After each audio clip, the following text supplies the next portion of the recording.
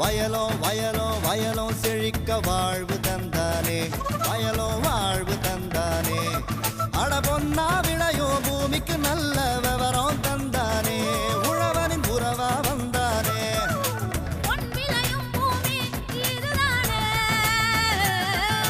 வயலோ வயலோ வயலோ செழிக்க வாழ்வு தந்தானே, வயலோ வாழ்வு தந்தானே. அட பொன்னா விளையோ பூமிக்கு நல்ல விவரம் தந்தானே, உழவனின் உறவா வந்தானே. தந்தன தந்தன தன தந்தானே, மண்வள பொங்கிட துணை வந்தானே. தந்தன தந்தன தன தந்தானே, மண்வள பொங்கிட துணை வந்தானே. விரிவான செய்திகள். மாத்தி யோசிச்சேங்க. பரன்மேல் வெள்ளாடு மற்றும் செம்மறியாடு வளர்ப்பில் வெற்றி கண்ட விவசாயி வி சித்ரேசன். இவர் திருவண்ணாமலை மாவட்டம் இசுகழி காட்டேரி கிராம விவசாயி ஆவார். திருவண்ணாமலை கால்நடை பல்கலைக்கழக பயிற்சி மற்றும் ஆராய்ச்சி மையத்தின் வழிகாட்டுதலின் பேரில் பரன்மேல் வெள்ளாடு மற்றும் செம்மறியாடுகளை வளர்த்து வரும் இவர் ஆடுகளுக்கென்று தனித்தனியாக 10 அறைகளை பரன்மேல் அமைத்து இதனால் ஆடுகளை தனித்தனியாக வளர்ப்பதன் மூலம் முறையாக எல்லா ஆடுகளுக்கும் தீவனம் கிடைக்க வழிவகை செய்துள்ளார். மேலும் ஆட்டுக்குட்டிகளை தனியாக பராமரிப்பதற்கென்று பரனில் தனி அறைகளை ஏற்படுத்தியும் ஆடுகளுக்கான தீவனங்களை தன்னுடைய நிலத்தின் ஒரு பகுதியில் தீவன பயிர்களை வளர்த்து அதன் மூலம் குறைந்த செலவில் அதிக வருவாயினை ஈட்டி வரும் இவரின் அனுபவங்களை நம்மிடம் கூற கேட்டபோது,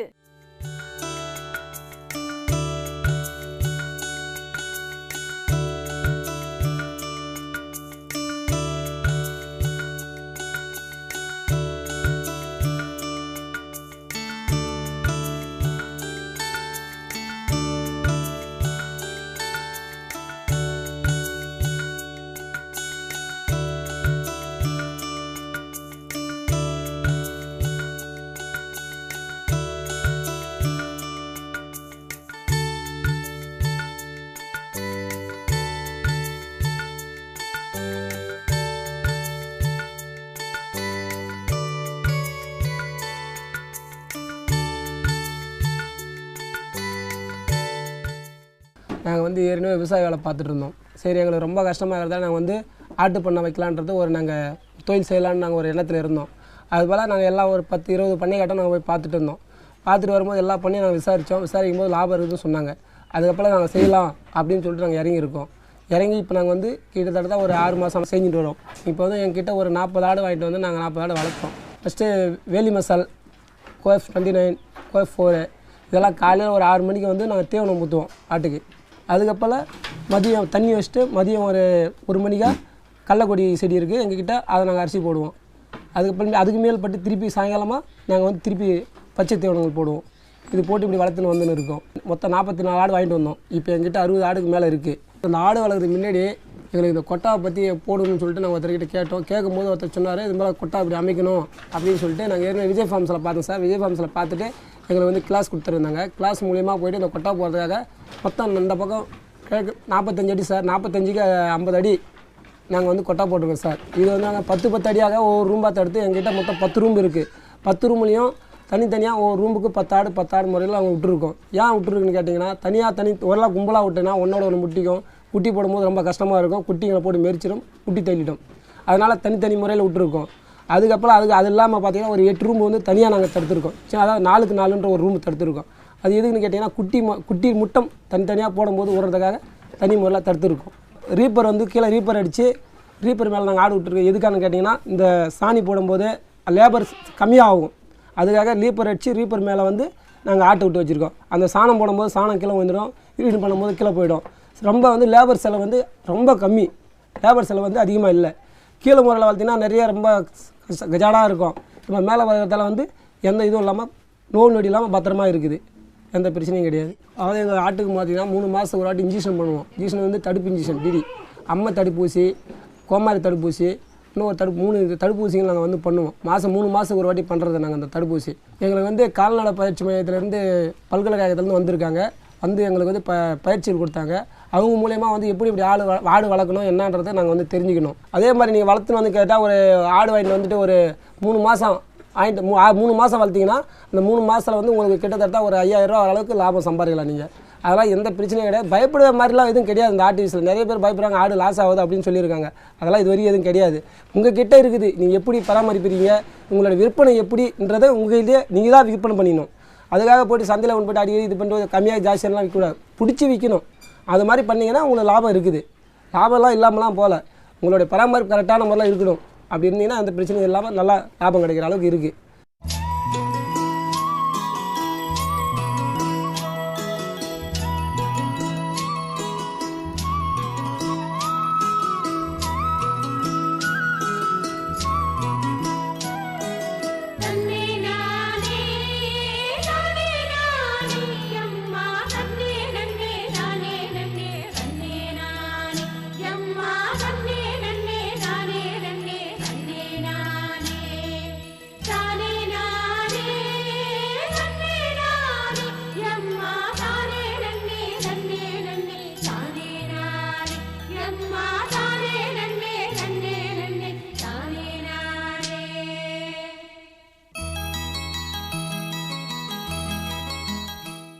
காவேரி கொள்ளிடமாகவும் வெண்ணாறாகவும் குடமுருட்டி வெட்டாறு எனவும் பிரிவுபட்டு ஐயாறு என பழங்காலத்தில் கூறப்பட்ட பகுதி திருவையாறு என்னும் புண்ணியதலம். இங்கு அரசு மரபுகளின் காலச்சுவடுகள் இலக்கியமாகவும் மாளிகைகளாகவும் இருக்கின்றது. திருக்காட்டுப்பள்ளியில் காவிரியாகவும் குடமுருட்டியாகவும் பிரிவுபட்டு காவேரியில் உள்ள ஒரு தடுப்பணையின் சிறப்பு குறித்து இப்போது காணலாம்.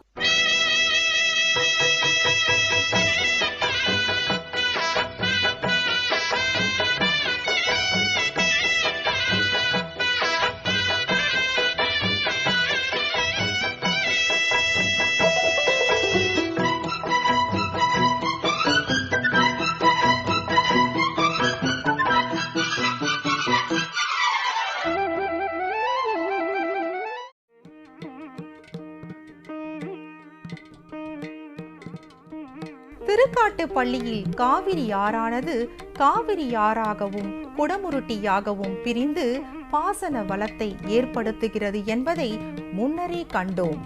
இப்போது நாம் இருக்கும் இடம் ஐயாறு பாய்கின்ற திருவையாறு.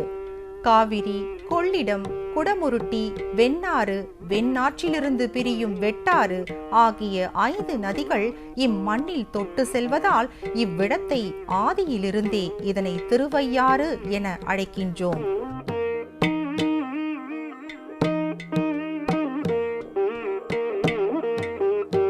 அணையிலிருந்து பார்க்கும்போது அரச காலத்து மாடங்களும் படித்துறைகளும் இங்கு கலைவடிவாய் காட்சி தருகின்றன. திருவையாற்றில் பயணிக்கும் காவிரி ஆற்றின் குறுக்கே உள்ள தடுப்பணை பற்றி விரிவாக எடுத்துரைக்கின்றார் அப்பகுதியின் உதவி பொறியாளர் திரு எஸ் யோகீஸ்வரன். வணக்கம் மேலாண் பெருமக்களே. இப்போ நம்ம நீடிட்டு இருக்க இடம் வந்து திருவையாறு. திருவையாறுக்கு வந்து ஏற்கனவே பல சிறப்புகள் இருந்தாலும் காவிரி வந்து அந்த வழியாக ஓடுறது வந்து அது இன்னும் சிறப்புப்படுத்துகிற மாதிரி ஒரு செயல். திருவையாறுக்கு வந்து இப்போ இந்த ஐயாறு அப்படின்னு சொல்கிறது வந்து இப்போ தஞ்சாவூர்லேருந்து திருவையாறு போகிற வழியில் குறுக்கிடுற முக்கியமான ஒரு 5 ஆறுகள் இருக்குது. அதில் முறையே வந்து வடவாறு, வெண்ணாறு, வெட்டாறு, குடமுருட்டி, அப்புறம் காவிரி, இந்த 5 ஆறுகளை சேர்த்து ஐயாறுன்னு சொல்லி அதை திருவையாறு அப்படின்னு சொல்கிறோம். இப்போ நின்றுட்டு இருக்க இடம் வந்து காவிரி ஆறோட மைல், அதை வந்து முக்கம்புலேருந்து கணக்கிடுறோம் பூஜ்ஜியமாக எடுத்துக்கிட்டு. இப்போ இருக்கிற இடம் வந்து 37/3-4 அந்த பகுதியில் வந்து இப்போ இருக்கிறோம். இந்த காவிரி பிரிவு திருவையாறோட எல்லை வந்து 33/0, அதிலிருந்து 46/2 46/2 மைல் வரைக்கும் வந்து இந்த பிரிவுக்கு உட்பட்டது. இதில் ஒரு 15,580 ஏக்கர் வந்து விவசாயம் இந்த பிரிவினால் வந்து பாசனம் அளிக்கப்படுது விவசாய நிலங்களுக்கு. இதில் காவிரி ஆற்றில் வந்து இடதுகரை மற்றும் வலதுகரை மொத்தமாக 32 பாசன வாய்க்கால்கள் இருக்குது. அதில் இடதுகரையில் வந்து 26 வாய்க்கால்களும் வலதுகரையில் வந்து 6 வாய்க்கால்களும் பாசனம் பெறுகின்றன. இப்போ இதில் வந்து தண்ணீர் வந்து விடும் முறை வந்து திருக்காட்டுப்பள்ளியில் உள்ள காவிரி குடமுருட்டி தலைப்பிலிருந்து பிரித்து விடப்படுது. அது வந்து தொலைவு வந்து 26/6 மைல். அதிலேருந்து வந்து நமக்கு நார்மல் சப்ளையாக எடுக்கிற 7,200லேருந்து 6,000 கியூசெக்ஸ் ஒரு வினாடிக்கு இத்தனை 6,000 கன அடி வீதம் தண்ணீர் வந்து வெளியிடப்படுகிறது. அந்த தண்ணீர் வழியாக தான் இந்த 32 வாய்க்கால்களுக்கும் பாசனப்படுகிறது.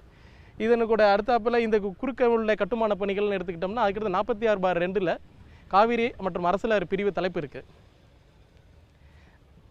இதில் வந்துட்டு இப்போ இது மெயின் முக்கிய பாசன ஆறுங்கிறது வந்து காவிரி ஆறு. இதனோட பாசன பெறும் நிலங்களோட வடிகாலாக வந்து கொள்ளிடம் ஆறு செயல்படுது. அதுக்கு இடையில வந்து இடையில் ஒரு தூரியாறுன்ற வந்து ஒரு வடிகால் வந்து காவிரியிலேருந்து பாசனம் பெற நிலங்களிலிருந்து வடிநீரை பெற்று மேலும் வந்து அந்த இது வந்து கொள்ளிடத்திலேயே வந்து விழுகிறது.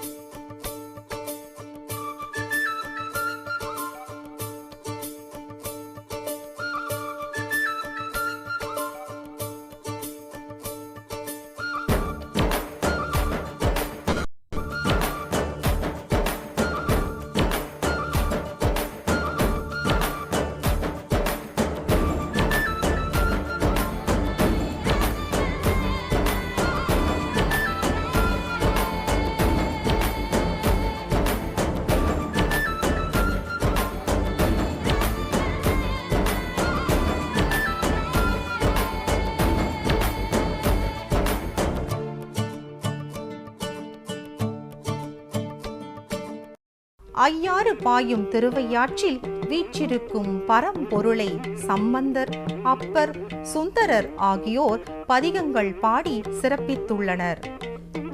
ஐயாறுகளை தன்னகத்தே கொண்டு வேளாண்மையில் சிறப்பாக திகழும் திருவையாறிலிருந்து இனி அடுத்த ஒரு முக்கியமான இடத்திற்கு செல்வோம்.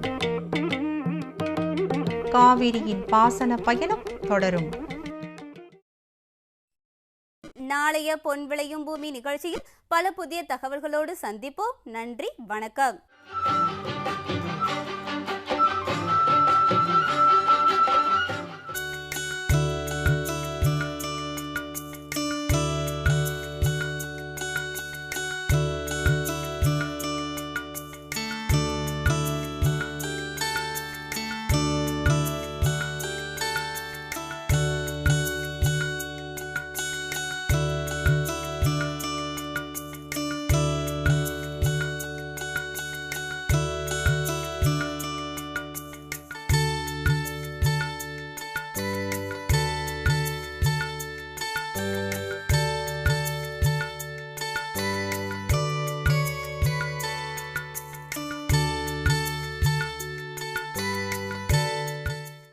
நாங்கள் வந்து ஏற்கனவே விவசாய வேலை பார்த்துட்டு இருந்தோம். சரி, எங்களுக்கு ரொம்ப கஷ்டமாக இருக்கிறதால நாங்கள் வந்து ஆட்டு பண்ணை வைக்கலான்றது ஒரு நாங்கள் தொழில் செய்யலான்னு நாங்கள் ஒரு எண்ணத்தில் இருந்தோம்.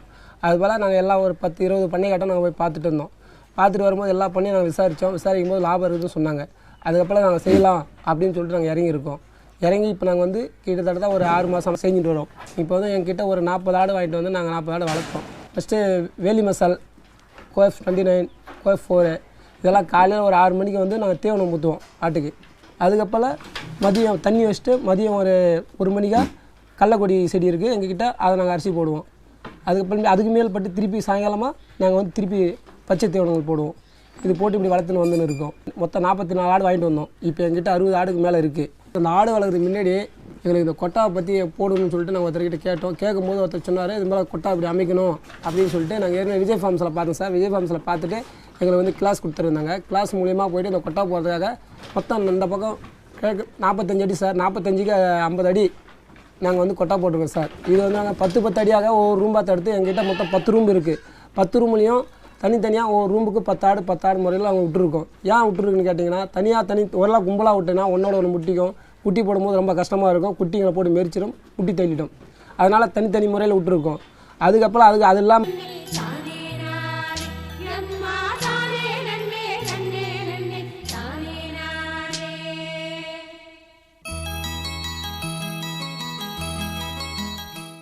காவேரி கொள்ளிடமாகவும் வெண்ணாறாகவும் குடமுருட்டி வெட்டாறு எனவும் பிரிவுபட்டு ஐயாறு என பழங்காலத்தில் கூறப்பட்ட பகுதி திருவையாறு என்னும் புண்ணிய தலம். இங்கு அரசு மரபுகளின் காலச்சுவடுகள் இலக்கியமாகவும் மாளிகைகளாகவும் இருக்கின்றது. திருக்காட்டுப்பள்ளியில் காவிரியாகவும் குடமுருட்டியாகவும் பிரிவுபட்டு காவேரியில் உள்ள ஒரு தடுப்பணையின் சிறப்பு குறித்து இப்போது காணலாம்.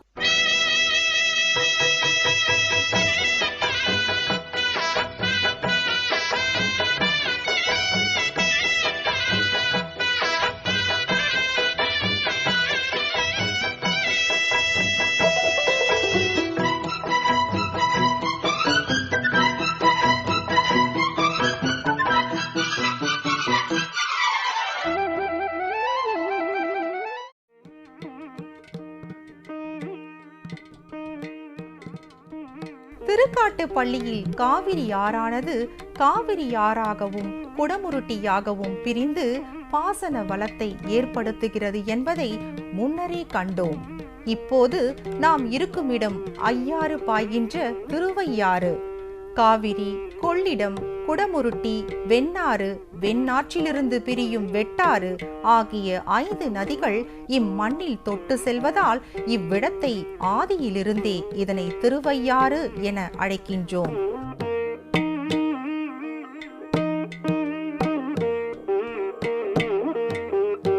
அணையிலிருந்து பார்க்கும்போது அரச காலத்து மாடங்களும் படித்துறைகளும் இங்கு கலைவடிவாய் காட்சி தருகின்றன.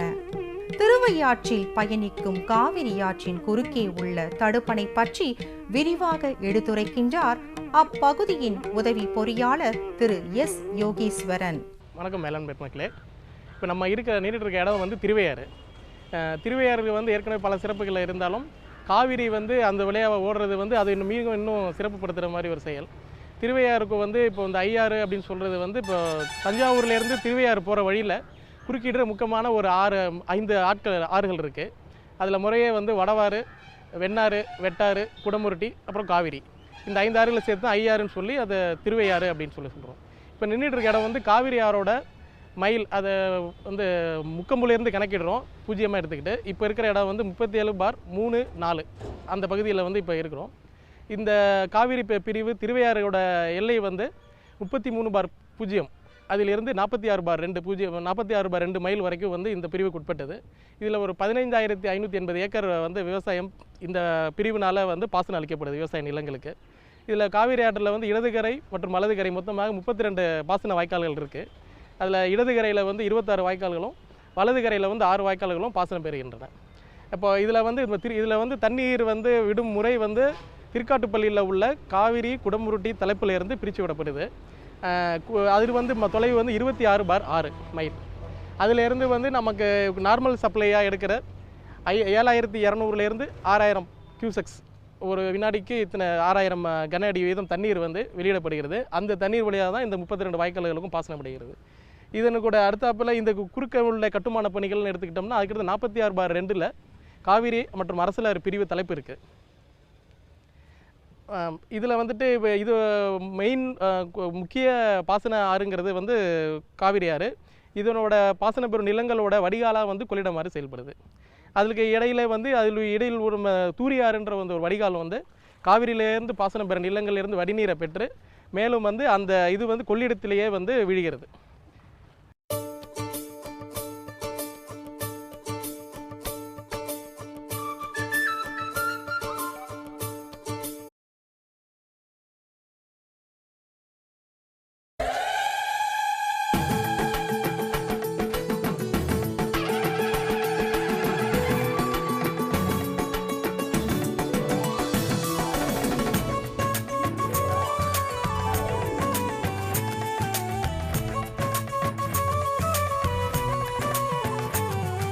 வயலோ வயலோ வயலோ செழிக்க வாழ்வு தந்தானே, வயலோ வாழ்வு தந்தானே. அட பொன்னா விளையோ பூமிக்கு நல்ல விவரம் தந்தானே, உழவனின் உறவா வந்தானே.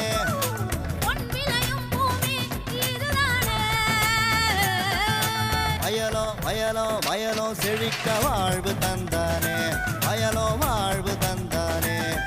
அட பொன்னா விளையோ பூமிக்கு நல்ல விவரம் தந்தானே, உழவனின் உறவா வந்தானே. தந்தன தந்தன தன தந்தானே, மண்வள பொங்கிட துணை வந்தானே. தந்தன தந்தன தன தந்தானே, மண்வள பொங்கிட துணை வந்தானே. விரிவான செய்திகள். மாத்தி யோசிச்சேங்க. பரன்மேல் வெள்ளாடு மற்றும் செம்மறியாடு வளர்ப்பில் வெற்றி கண்ட விவசாயி வி சித்ரேசன். இவர் திருவண்ணாமலை மாவட்டம் இசுகழி காட்டேரி கிராம விவசாயி ஆவார். திருவண்ணாமலை கால்நடை பல்கலைக்கழக பயிற்சி மற்றும் ஆராய்ச்சி மையத்தின் வழிகாட்டுதலின் பேரில் பரன்மேல் வெள்ளாடு மற்றும் செம்மறியாடுகளை வளர்த்து வரும் இவர் ஆடுகளுக்கென்று தனித்தனியாக 10 அறைகளை பரன்மேல் அமைத்து இதனால் ஆடுகளை தனித்தனியாக வளர்ப்பதன் மூலம் முறையாக எல்லா ஆடுகளுக்கும் தீவனம் கிடைக்க வழிவகை செய்துள்ளார். மேலும் ஆட்டுக்குட்டிகளை தனியாக பராமரிப்பதற்கென்று பரனில் தனி அறைகளை ஏற்படுத்தியும் ஆடுகளுக்கான தீவனங்களை தன்னுடைய நிலத்தின் ஒரு பகுதியில் தீவன பயிர்களை வளர்த்து அதன் மூலம் குறைந்த செலவில் அதிக வருவாயினை ஈட்டி வரும் இவரின் அனுபவங்களை நம்மிடம் கூற கேட்டபோது, பார்த்தீங்கன்னா ஒரு 8 ரூம் வந்து தனியாக நாங்கள் தடுத்துருக்கோம். சரி, அதாவது 4க்கு 4ன்ற ஒரு ரூம் தடுத்துருக்கோம். அது எதுக்குன்னு கேட்டிங்கன்னா குட்டி முட்டம் தனித்தனியாக போடும்போது ஓடுறதுக்காக தனி முறையில் தடுத்துருக்கோம். ரீப்பர் வந்து கீழே ரீப்பர் அடித்து ரீப்பர் மேலே நாங்கள் ஆடு விட்டுருக்கோம். எதுக்கானு கேட்டிங்கன்னா இந்த சாணி போடும்போது லேபர் கம்மியாகும். அதுக்காக ரீப்பர் அடித்து ரீப்பர் மேலே வந்து நாங்கள் ஆட்டை விட்டு வச்சுருக்கோம். அந்த சாணம் போடும்போது சாணம் கீழே வந்துடும், க்ளீன் பண்ணும்போது கீழே போயிடும். ரொம்ப வந்து லேபர் செலவு வந்து ரொம்ப கம்மி, லேபர் செலவு வந்து அதிகமாக இல்லை.